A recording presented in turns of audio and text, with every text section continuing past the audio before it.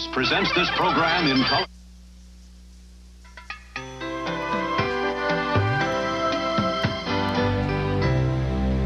A gorgeous day in New York City, and good morning, everybody. It is Saturday, May 16th. I'm Russ Mitchell. And I'm Susan Molinary. Coming up, we're going to take a look back at Frank Sinatra's life and career. We're going to talk to those who knew him well, and we're going to see some rare footage of old Blue Eyes having a good time. Also ahead, we'll tell you how to get the best deal on a new car, and does your behavior help or hurt your kids when they play sports? We will have advice for parents on the sidelines. Plus, Godzilla, the world's most famous giant lizard, will be stomping into your local theater soon. But how much do you know about the 44-year-old movie monster? Well, our team of experts are going to be here to test your knowledge. Hi, I'm Tom Servo. And I'm Crow T. Robot. And I'm Mike Nelson. We're from Mystery Science Theater 3000. Do you know your Godzilla trivia, folks? No, you probably don't, you lunkhead. So test your monster movie know-how with us coming up. Wow, a lot of anger. All right, you lunkheads, all that and more coming up. Sit back and relax. It's Saturday morning.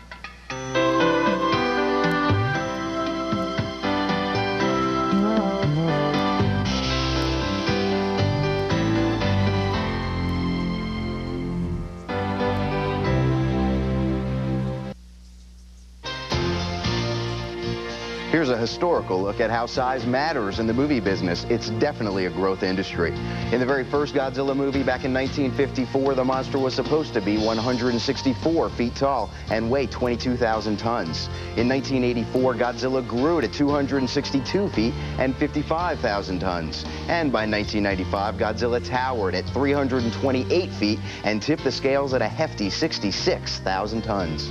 As we told you earlier, a big-budget Hollywood version of Godzilla opens nationwide on Wednesday.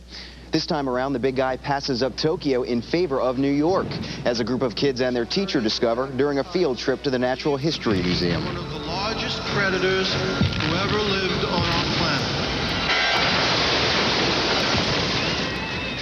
This Godzilla movie is, of course, only the latest in more than 25 Godzilla movies going back to 1954. To discuss this great B-movie legacy, we needed some genuine experts. And who better than the stars of Mystery Science Theater 3000? Joining us today, Crow T. Robot. Howdy, Mark. Howdy, Tom Servo.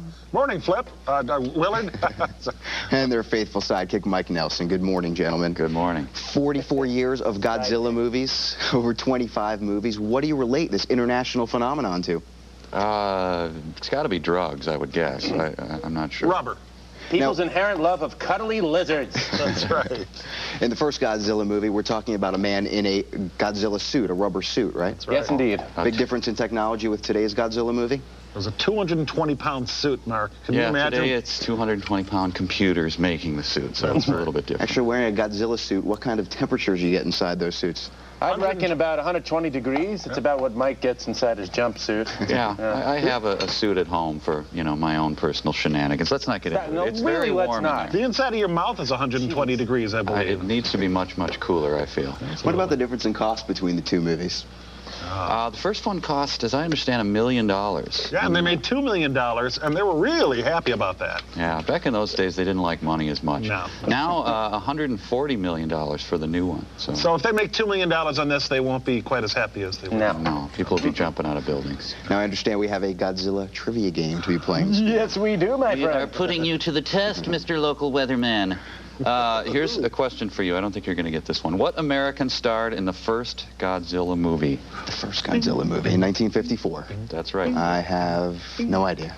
That would be Raymond Burr. Most of the $1 million budget went to the Raymond Burr buffet. We have a picture of it. And I always thought it was Aaron Burr. Boy, was I wrong. Where's his wheelchair? This movie actually featured bombed-out buildings from World War II, so that's kind of how the whole thing started. Was that Sort of a sentimental journey for them. All right, what's next? More trivia to come. Number 2, Crow. Crow. Take it away, Crow. Okay, then I'll take it away. What was the first colored Godzilla movie from 1962 that pitted Godzilla against another world-famous super monster? Come on, Dr. Frank. You got it. Godzilla vs. Mothra. No, you're wrong.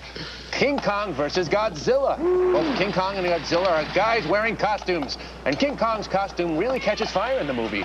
First Godzilla costume weighed 220 pounds and would get up to 120 degrees inside. That's what we saw. All right, there must be some trivia question that I would know about Godzilla. Okay, well, let's try this. Try this next one. The movie Godzilla on Monster Island, okay? Now, how does Godzilla let his other monster buddies know that they're in trouble?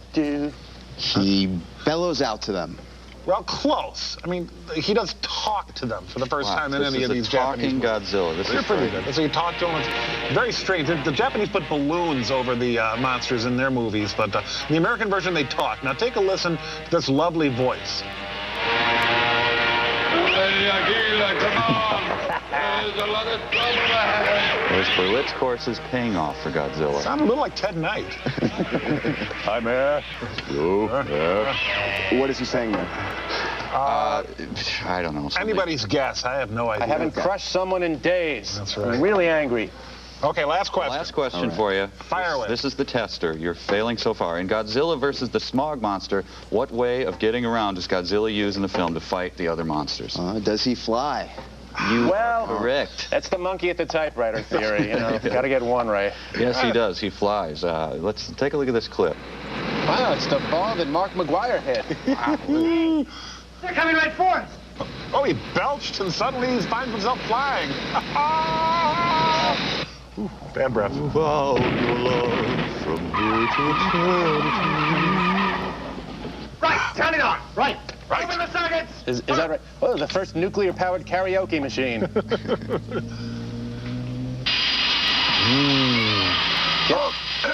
Tell Gorgo I love him. Well, it is quite obvious the three of you have seen a lot of Godzilla movies. What do you suppose is your favorite out of all of them? Godzilla versus Shelley Winters for me. A lot of action in that one. I like Godzilla versus Madeleine Albright myself. Yeah, she wins. Godzilla versus Tom Arnold. Always a perennial favorite for me. Tom Arnold, the most hideous monster ever to hit the movie. All right, we have all the Godzilla information we need to know, and Mystery Science Theater 3000 is featured Saturday nights on the Sci-Fi Channel. Woo! Starting May 26th, you can watch a week-long Godzilla Movies Fest on the Sci-Fi Channel. It's time now for some local stations to take a break, but for the rest of you, we'll be right back.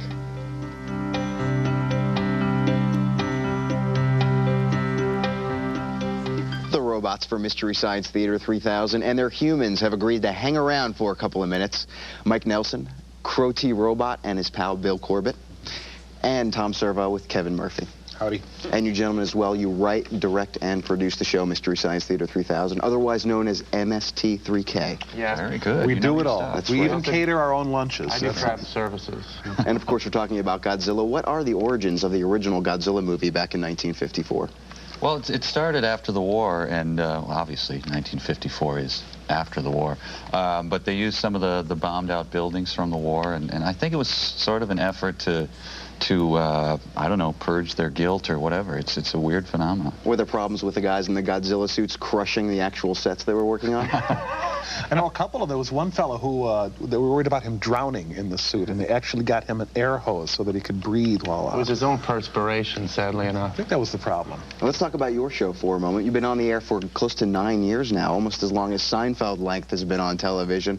How are the robots handling the fame and fortune that's come with the show? They're feeling old. They want to retire to a condo in Long Beach. Big head.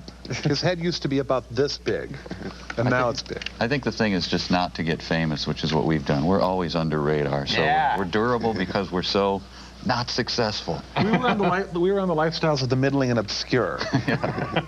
Of course, now you spend the show reviewing and going over movies. How many movies have you gone over in the 9 years on air? Wow. Ooh, 150? We've had better than 150 shows, but that means we've seen probably about 20 films for each show, so that's about 3,000 films we've looked at. Thank you, gentlemen, for the Godzilla information. We'll be right back. The address is CBS. Welcome home.